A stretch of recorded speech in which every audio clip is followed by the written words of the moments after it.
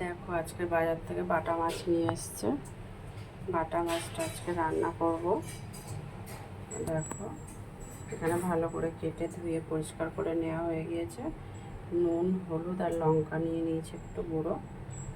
আর এখানে দেখো আলু, পটল আর একটা টমেটো কেটে নিয়েছি। লম্বা লম্বা করে পটল কেটেছি, আলু কেটে নিয়েছি আর একটা টমেটো। মাছটাকে ভালো করে মাখিয়ে নিয়ে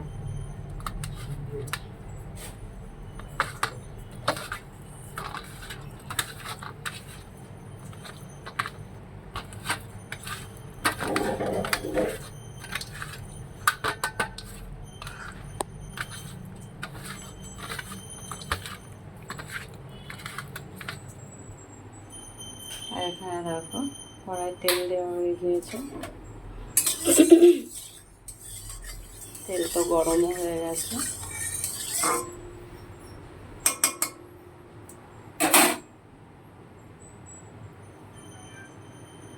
চলো মাছটা ভাজা হয়ে যাক।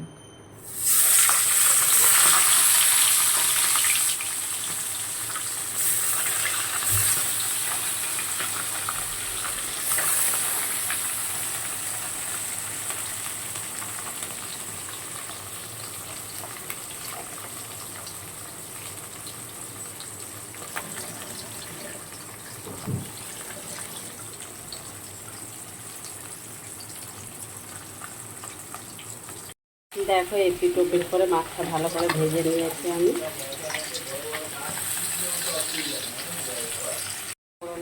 মাছটা রান্না করার জন্য কালো জিরে দিচ্ছি একটু।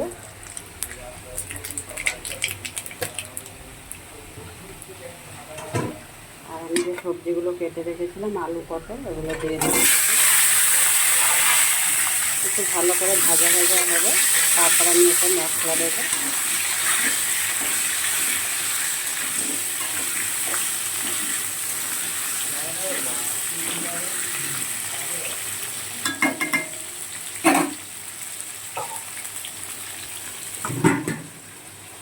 দেখো আলু পটলটা আমার ভালো করে ভাজা হয়ে গিয়েছে, লাল লাল করে ভেজে নিয়েছি। এখানে একটু জিরে বাটা দিয়ে দিলাম,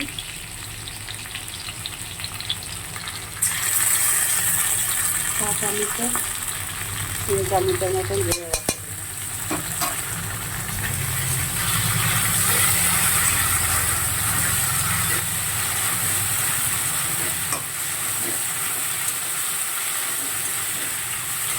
জিরে বাটাটা একটু ভাজা ভাজা হবে, তারপর আমি হলুদ গুঁড়ো, লঙ্কার গুঁড়ো এগুলো দেবো।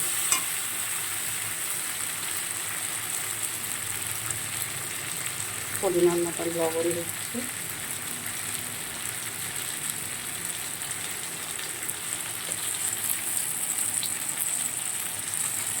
মশলা দেওয়ার পর একটু সামান্য একটু যদি জল দিয়ে কষানো হয় তাহলে সেটা থেকে টেস্টটা একটু আলাদা হয়, তাহলে মশলাটাও ভালো কষানো হয়। একটু জল দিয়ে ভালো করে নাড়াচাড়া করে তারপর কষাবে।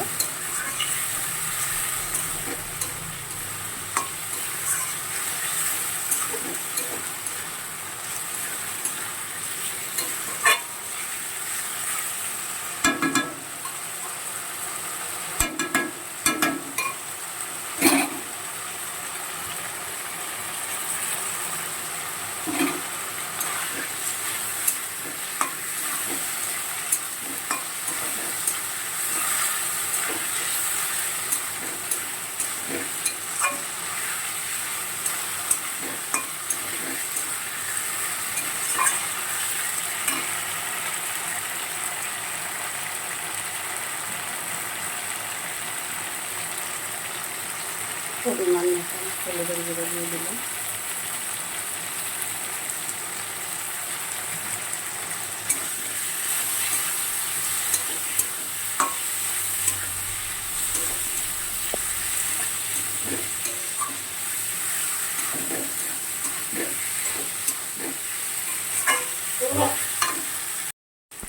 দেখো আমার মশলাটা প্রায় ভাজা ভাজা হয়ে গিয়েছে। আমার আলুগুলোও দেখো ভাজার সাথে সাথে সিদ্ধ হয়ে গিয়েছে।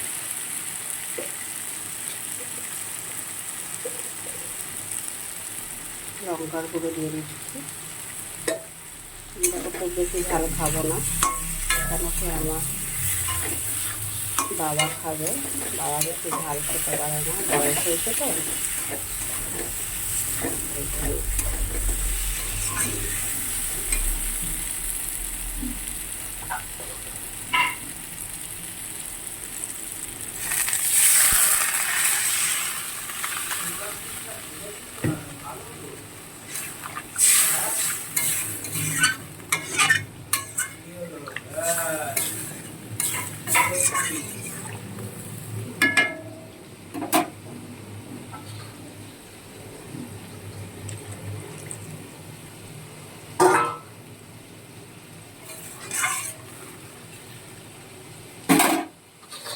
মাছগুলো দিয়ে দিচ্ছি।